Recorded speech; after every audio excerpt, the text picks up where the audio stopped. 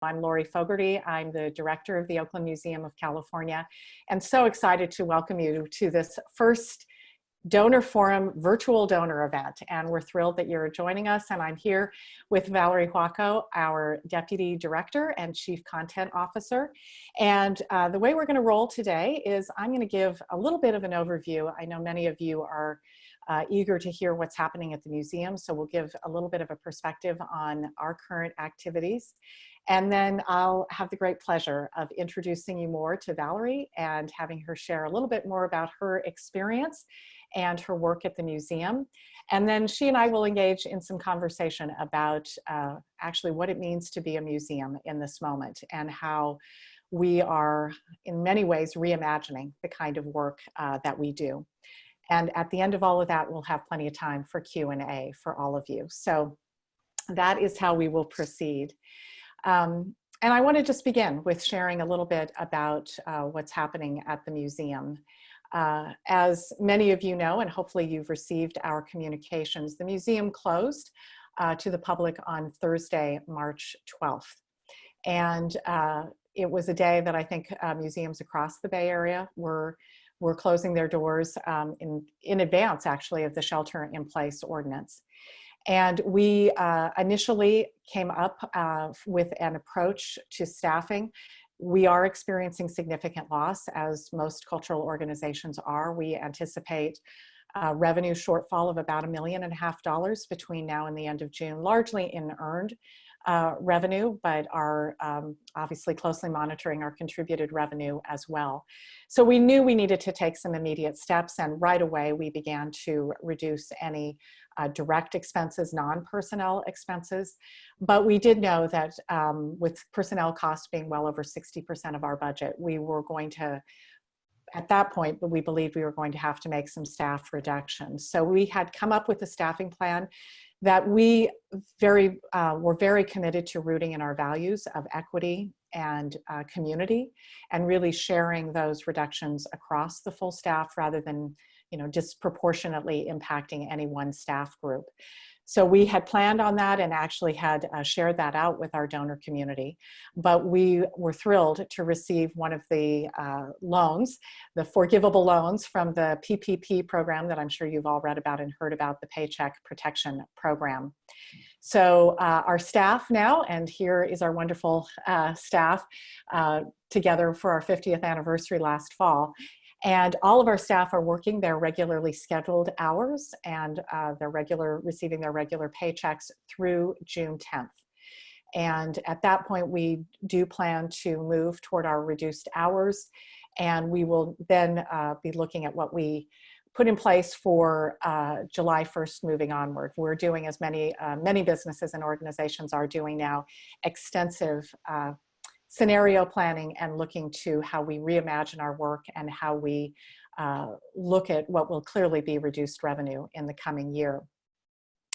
I am pleased, though, to report that we are continuing construction. So we had started construction on our campus plan. This is the transformation of our gardens and campus, the key feature of which is breaking the box, opening up this wall to 12th Street, just across the street from Lake Merritt, creating a new entry for folks to be able to come directly from Lake Merritt into the museum and gardens, and then a new entry into our cafe on 10th Street. So this is literally breaking the box, and this is now the wall that is open, of course fenced during non-working hours, but open into the gardens. And we did pause on the construction with the shelter-in-place ordinance, but with the easing of those restrictions from the state and Alameda County last week, we resumed construction just last week. So that's a little bit about what we are focused on right now. I kind of think about it in sort of 4 categories of work. One is the continued work that we're doing, and I hope many of you have seen the OMCA at Home, the online resources that we have been sharing out on a very regular basis, activities for students and teachers, virtual tours of our exhibitions, our curators talking about objects of the week. So hard at work on that. We have redeployed staff, and we'll talk a little bit about that in conversation with Valerie, toward projects that some of our staff who are not able to work in their regular functions are being able to do. So we're still hard at work with ongoing work and redeployment projects. As I mentioned, we're also developing scenarios for our staffing and budget for the future. We are looking at our reimagination, and again, Valerie and I will talk about that, about what it means to be a museum focused on social cohesion at a time of social distancing. So a lot of our efforts are focusing on what can we do to serve our community at this time of great need. And then finally, we are very focused on our planning for reopening. Now, of course, we don't know exactly when that will be, and we are taking all of our direction from our health authorities, but we do have a team in place because it will take us some time to be able to reopen. First, we'll have to get some core staff, facility staff on site to prepare for staff to then come on site and ready our public spaces, our gallery spaces for folks to come back when we are able to welcome our visitors. So that is kind of what is underway at the museum right now. And we have plenty to do. I'm sometimes asked by people, how are you busy now that the museum is closed? And like many people, I think we are busier than ever. And one person who is very busy these days is Valerie Huaco, our Deputy Director.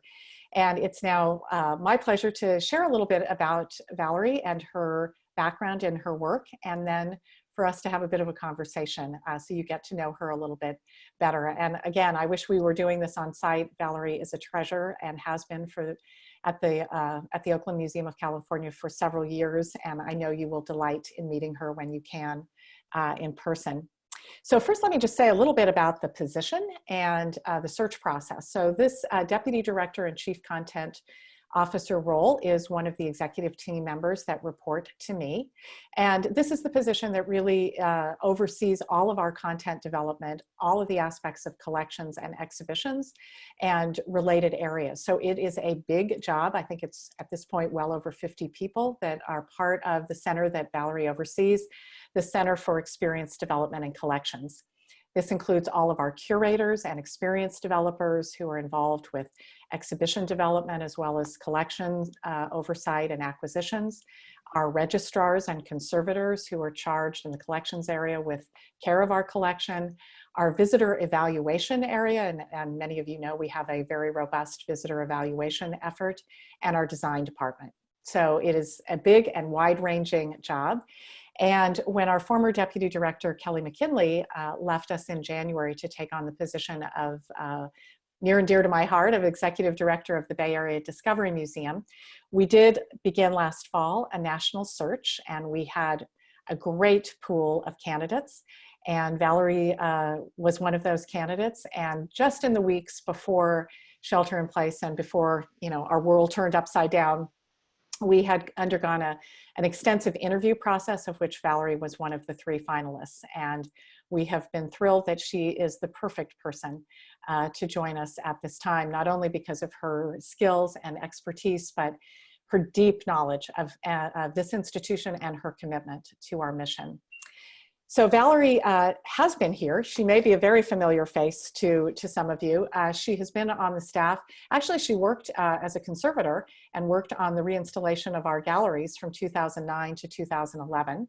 In 2011, she became first a registrar and then senior registrar for us, initially overseeing the exhibition registration function, and then a broader function as registrar. And then in 2016 became the Director of Collections, where she has overseen over these past few years all of our collection efforts. So that is a bit about her background. She also has been a registrar and a conservator and a collection specialist for cultural institutions throughout the Bay Area, including a number of museums as well as the Western Museum Association. So I think I've got that on the introduction, but I'm going to let Valerie share a little bit more about her personal background. So Valerie, can you just share us share a little bit about your background and especially your role as Director of Collections, if you could flesh that out a little bit more. Sure. Thank you so much, Lori. That was a lovely introduction. And I really wish I was seeing all of you this minute to hug you and clink glasses, but we'll have to take a rain check and do that together in a few months. I think Lori gave you a good sense of my history with the museum. I actually snuck in the mid-90s to the Oakland Museum of California as an intern. That was my first role at the museum, interning in the conservation department. So I've had the opportunity to work in a number of different areas within the museum. I started out with a Bachelor's of Fine Art in Textiles from the California College of Arts and Crafts. Crafts was still part of the name at that time. And then I went on to get a Master's in Museum Studies from JFK University. So working with the museum, I've been in the registrar role, in the conservator role. Moving into the Director of Collections role was really just sort of a combination of the types of work I had done before. And it was at a moment in the museum's history when there was an opportunity to rethink and reconstitute the collections group. So it was enormously gratifying, really putting together a group of people who were so committed to the work and eager to find ways to be efficient and set priorities and figure out how to get our hands around this enormous, more than 2 million objects that we're responsible for. So that's been just gratifying day after day. And you have truly transformed that area in just, about the little over 3 years since you took on that role.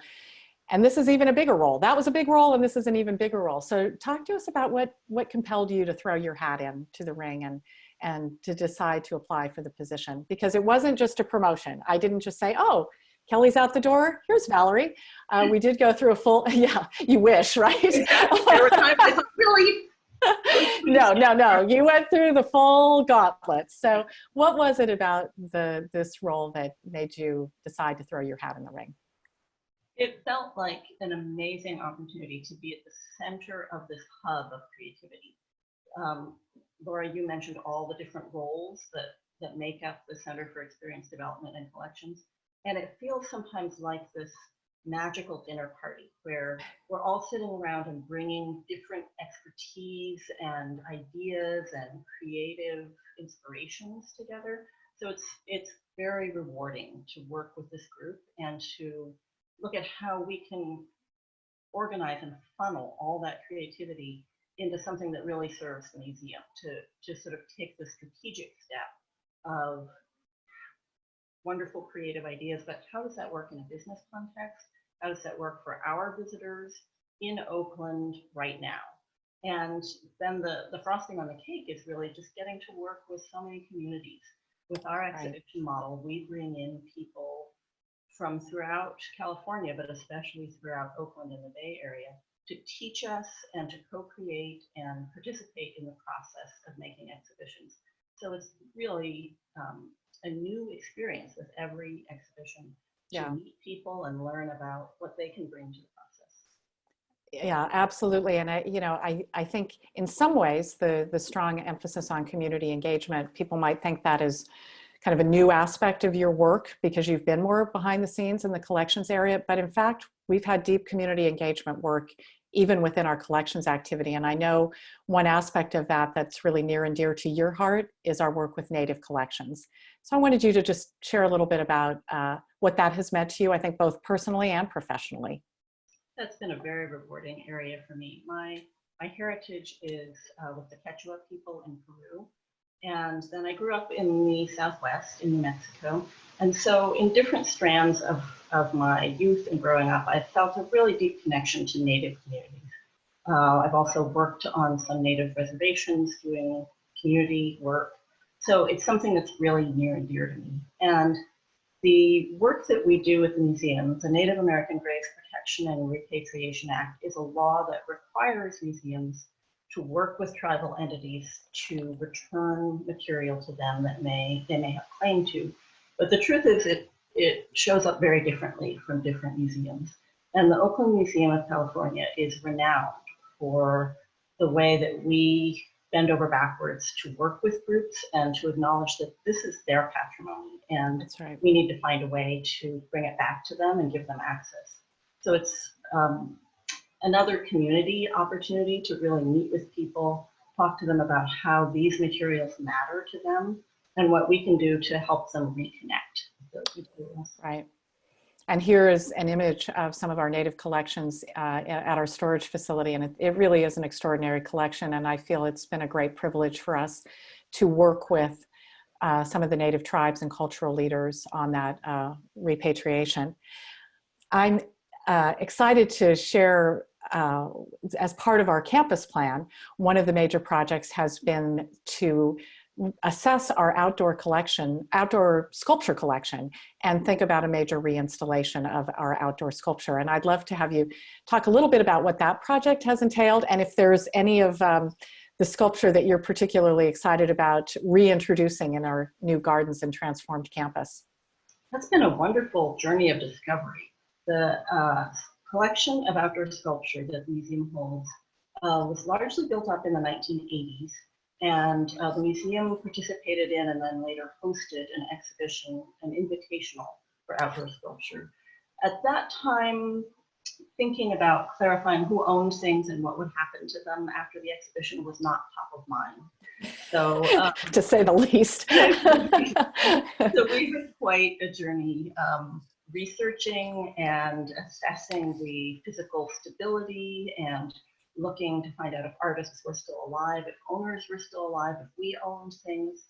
And it was fascinating to learn about each piece. We have about 79 large-scale outdoor sculptures in the collection, and there were 27 that were installed. And so we've worked through one by one, coming to understand what each piece needs and where it can fit on the campus, how we can provide proper care for it. And sometimes they need a new concrete pad so that the drainage will be corrected, or they might need repainting, or we might find out it actually doesn't belong to the museum and we need to identify the proper owner. So each one has taken a unique journey of discovery. One piece that I'm very excited to see reinstalled is called Mr. Ishii by Peter Volkos. Yes. That piece, I mean, I think many of you probably will recognize this piece. It was commissioned for the museum when the museum was built, and it was in Oak Street Plaza for decades. It was deinstalled when we did the last round of construction, and Oak Street Plaza was rebuilt, and the piece no longer fits there because the way the ground was redone. So it was a really high priority to find a new home for this piece.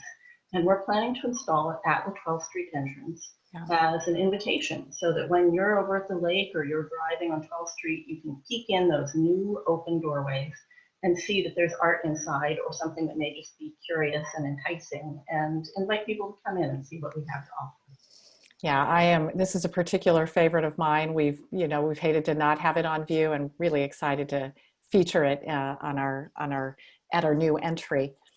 And of course, you are a collections person, and I love stuff too. And in our massive collection of close to 2 million artifacts and artworks and natural sciences specimens and photographs, can you share with us a couple of your personal favorites, things that you just treasure? Certainly. As a person coming from a textile background, I have an enormous soft spot for our costume collection, and our hats are an extraordinary collection. Sorry, I think I just hit my speaker while I was, saying "Be still, my beating heart" with our hat collection. They're just amazing. They're personal expressions of artistry in a garment, and they're so fun to look at each one and discover if it was a woman's daytime hat, or this one, I think, is an amazing example. This is a going away hat, and I imagine many of you, like I, remember that term, which means it's what you wore to go to your honeymoon after you had a special going away outfit. Yes, that would be the foundation of your attire for the next year. And this hat has, as you can see, bird wings reconstituted from feathers in it, and amazing ribbon work and felt trim. It's just so expressive. These sorts of things charm me endlessly. And this object is one that we rehoused, just like the baskets that we saw in there. Right. We had a project a few years ago to build mounts to go inside of hats because hats will collapse if they just sit on a flat surface. So this hat actually lives on a little mounded shape that protects it from the inside. Oh, that's lovely. Oh, that's great. Another one that I really like is, I was thinking about the Ruth Asawa. Many of you, if you think about coming into the museum from the 10th Street entrance, you can picture the Ruth Asawa that hangs on the wall in the Oak Street Plaza. The funny thing about that artwork is we also have one that is much smaller, but you wouldn't know it. Yeah. This artwork, it looks very much like the one that hangs in 10th Street, but this one's only about 2.5 or 3 feet across. So it really. Oh, I was hoping it was small enough I could wear it, but it's not that small. It looks like a pin. Yeah. It's another example of an artist working at different levels.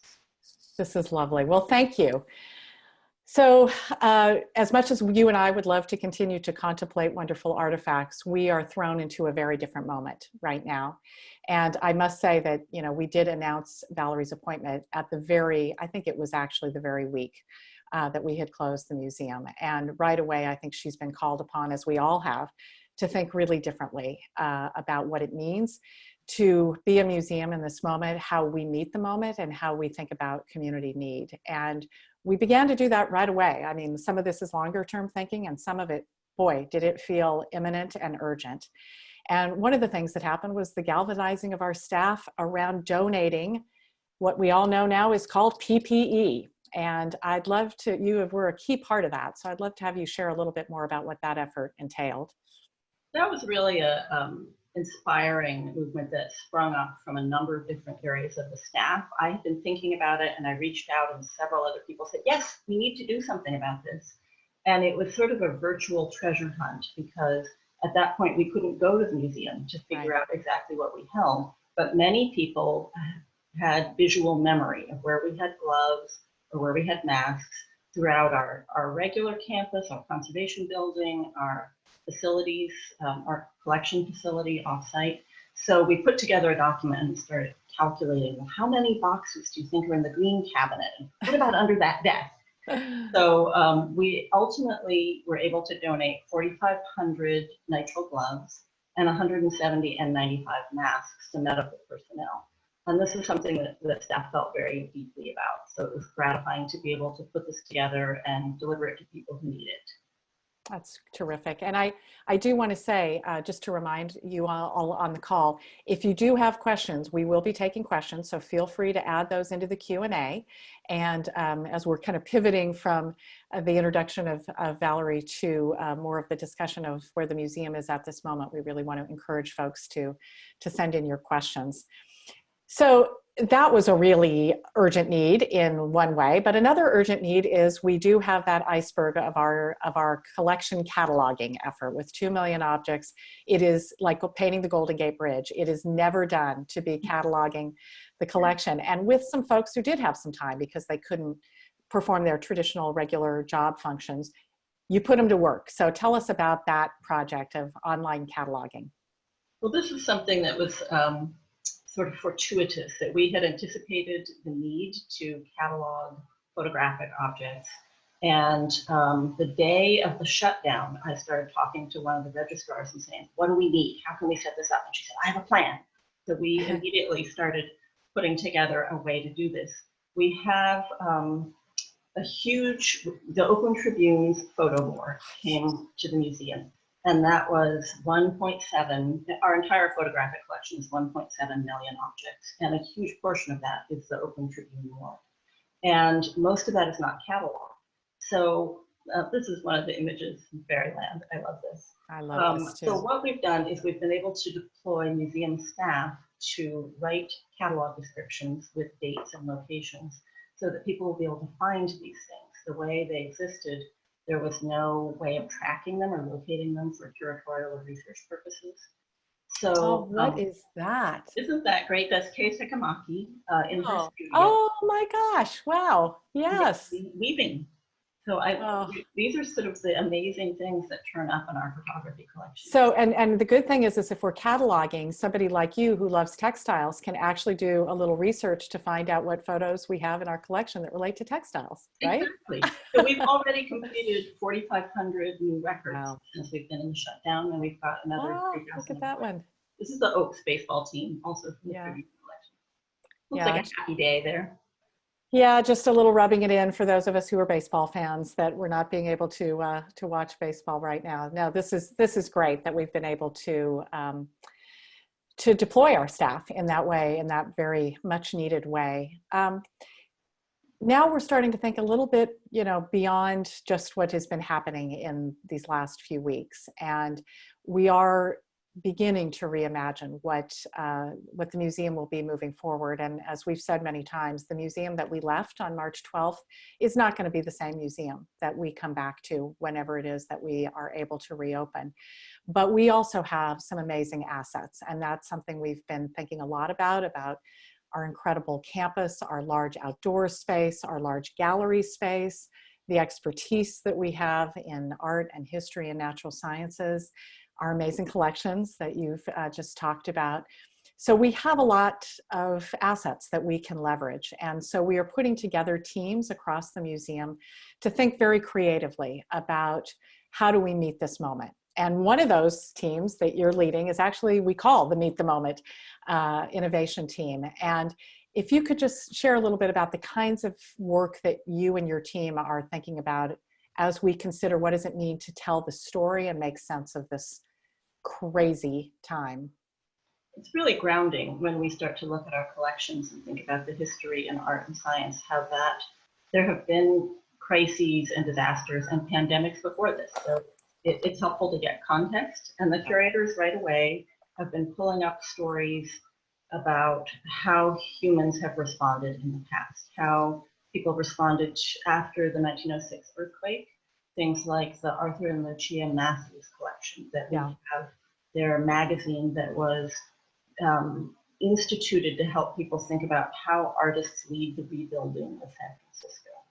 Stories relating to the AIDS crisis and the 1918 flu pandemic.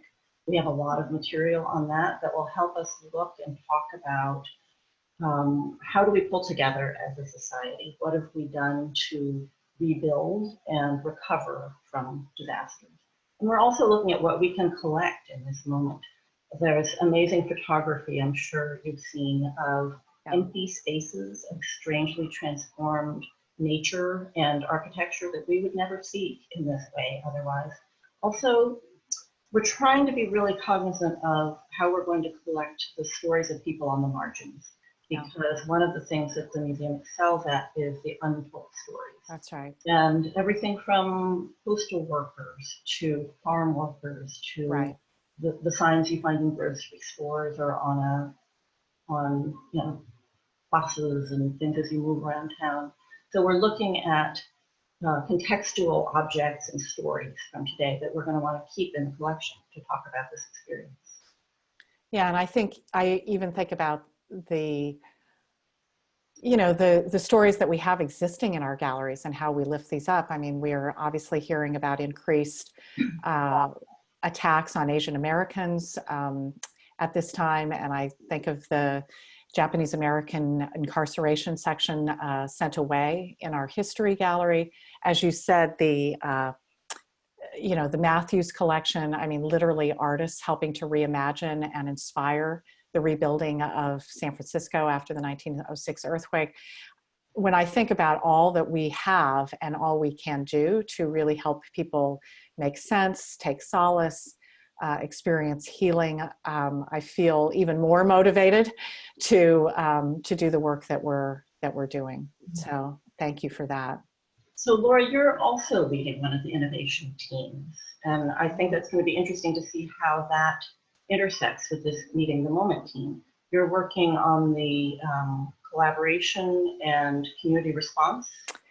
Yeah, and this one is, I feel like this one is where we have to kind of take the passenger seat a little bit. I think in the Meeting the Moment, we can take the driver's seat because that is about our expertise and our collections and our spaces.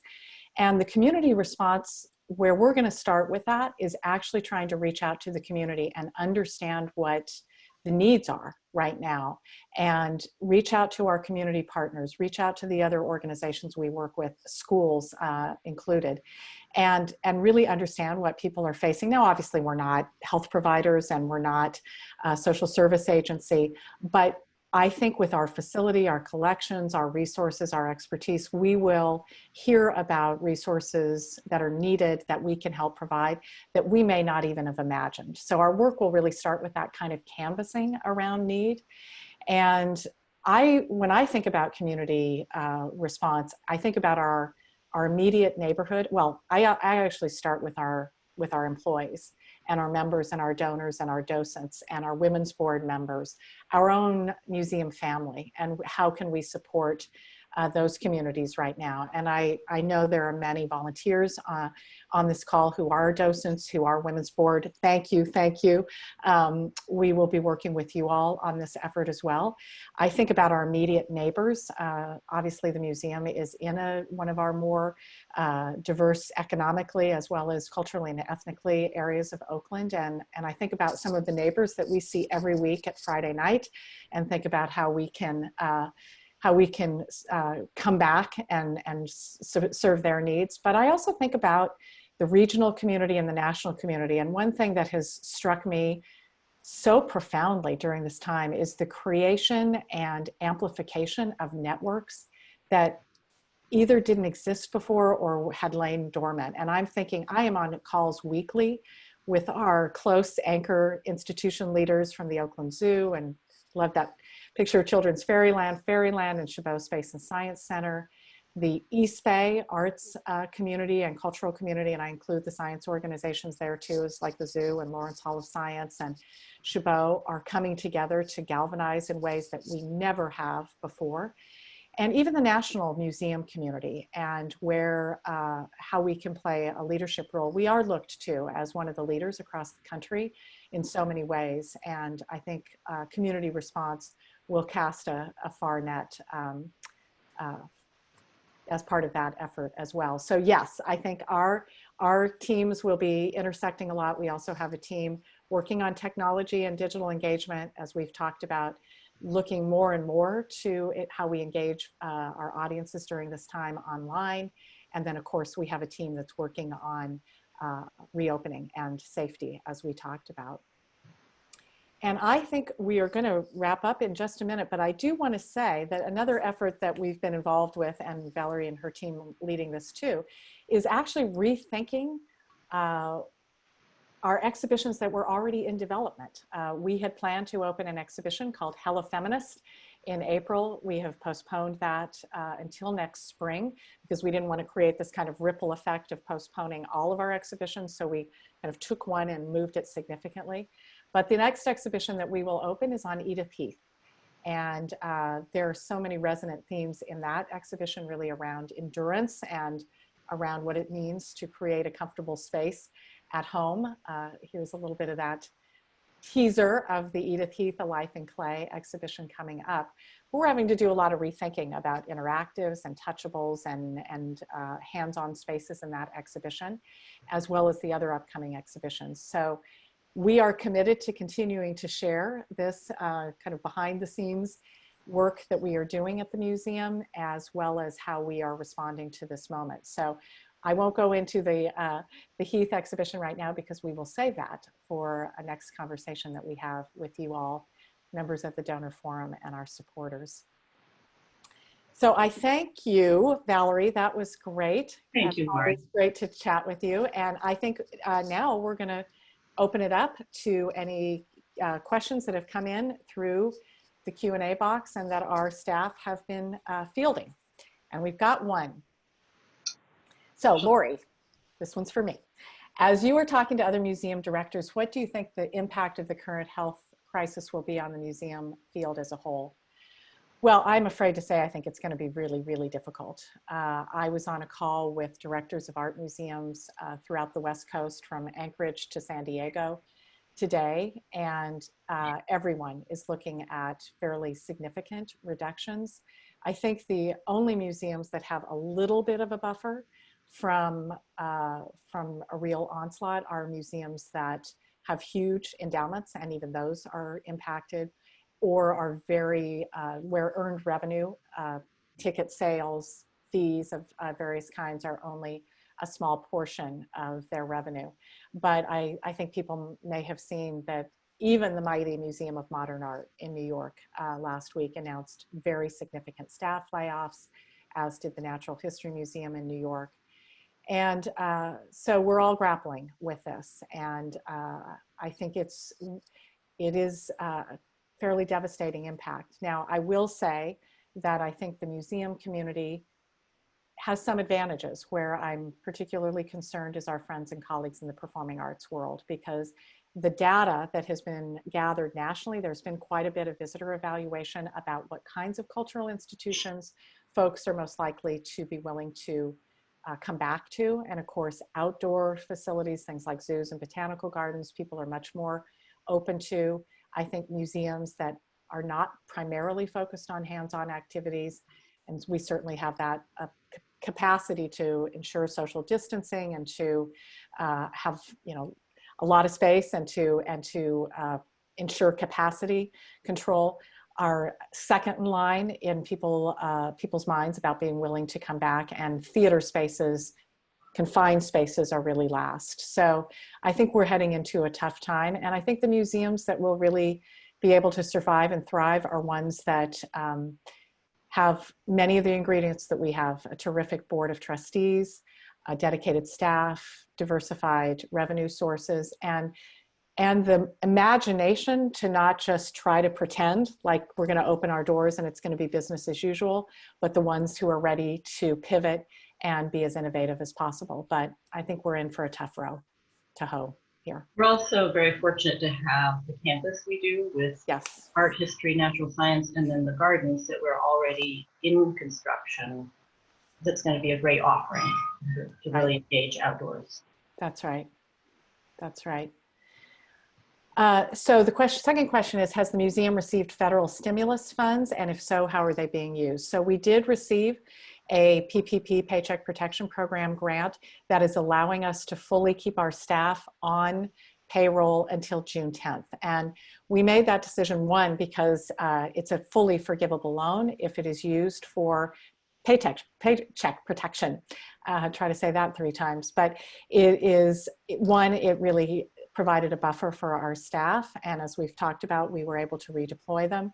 And it was really the intent of the program.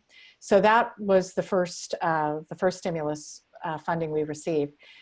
We have applied for every single other grant program that we have identified. So the National Endowment for the Arts, the National Endowment for the Humanities, and upcoming the Institute of Museum and Library Services has released a new grant program through the CARES Act, and we are applying for all of those, but we have not yet received word. I think that'll be more like in June and July.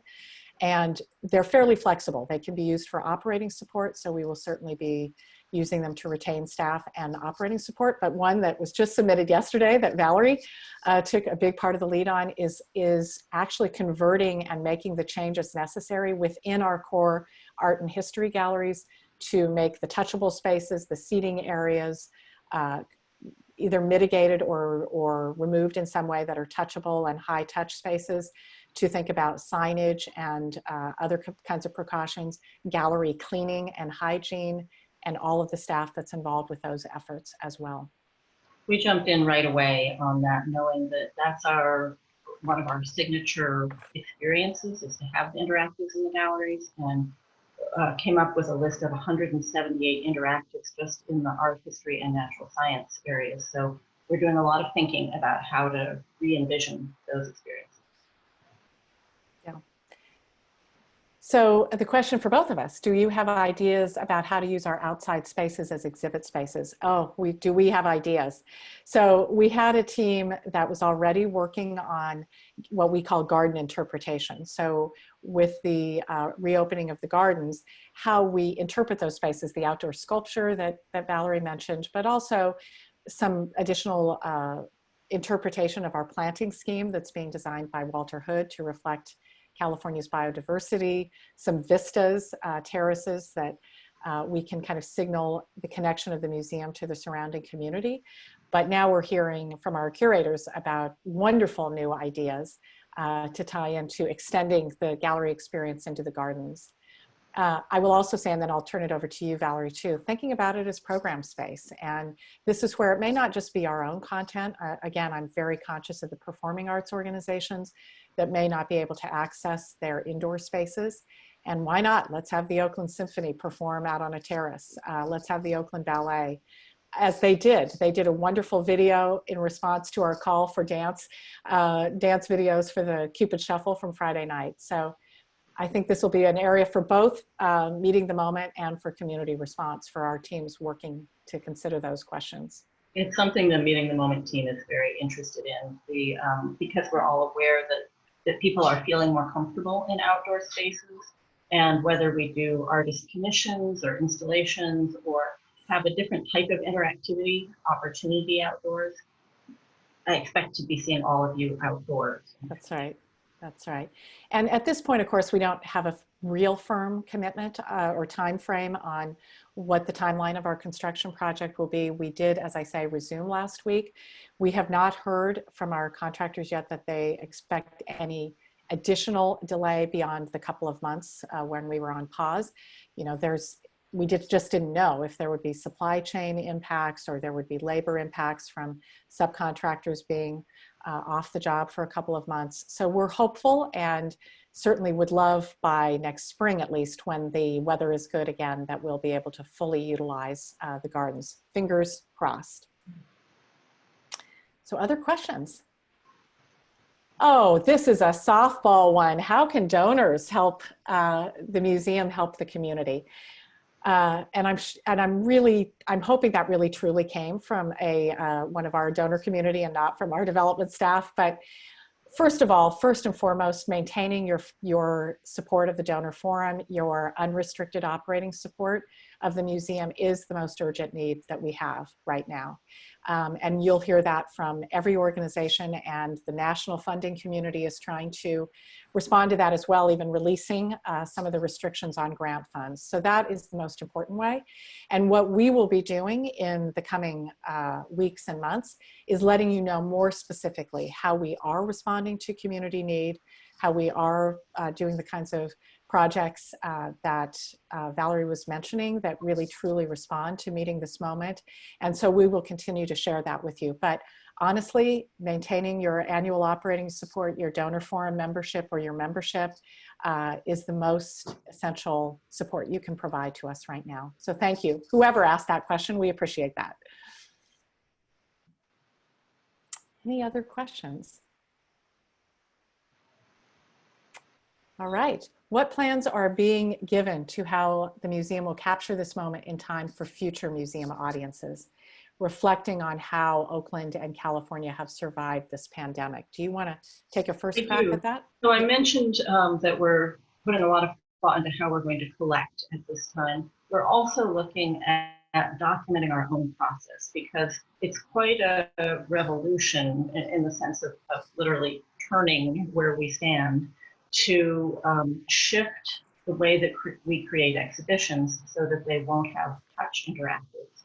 And there are innovative ways we can approach that, but we're trying to document the thought process and the collaborative, community engaged way that we're going to take those steps to understand what's most important to stakeholders and what helps visitors feel comfortable. What do people want to feel when they go into a gallery? Do they want seating spaces? Do they want more wide open space? So we're being very intentional about documenting the process of the enormous change that the institution is going through right now. At the same time that we'll be documenting people's stories of the community, what happened in your quarantine, and understanding how that's going to change all of our lives.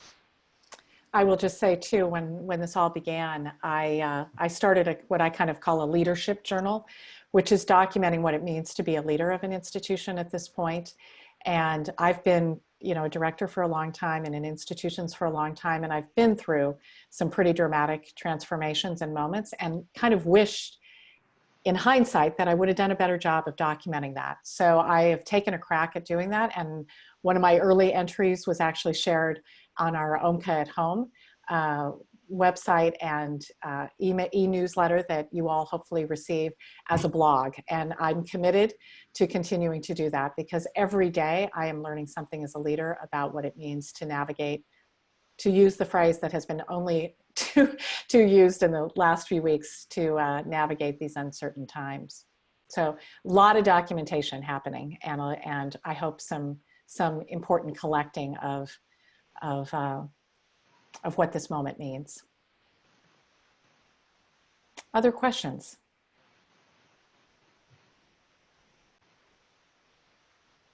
Good. I'm just going to give it another moment to make sure nothing else comes in.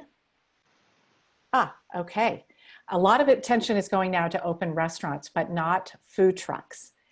Does this present an opportunity, since we are one of the largest gatherings of food trucks? Well, Off the Grid, our partner with Friday Nights at the museum, is thinking a lot about this. And they are thinking about how food trucks not only can be made safe, in a way that, like restaurants have so brilliantly done, to make takeout and carry out safe. So Off the Grid is thinking about that, but they're also thinking about how their food trucks can actually be helping with some of the most needy communities right now, and collaborating with food banks and school distribution services. So we have a call coming up just in the next few days with Off the Grid to see how we can continue to partner together, because that may be a community need. It may be Friday nights, but in a very different way, less around, dancing and hands-on activities, and really about kind of urgent food supply. So we're thinking about it, and I know Off the Grid is thinking about it.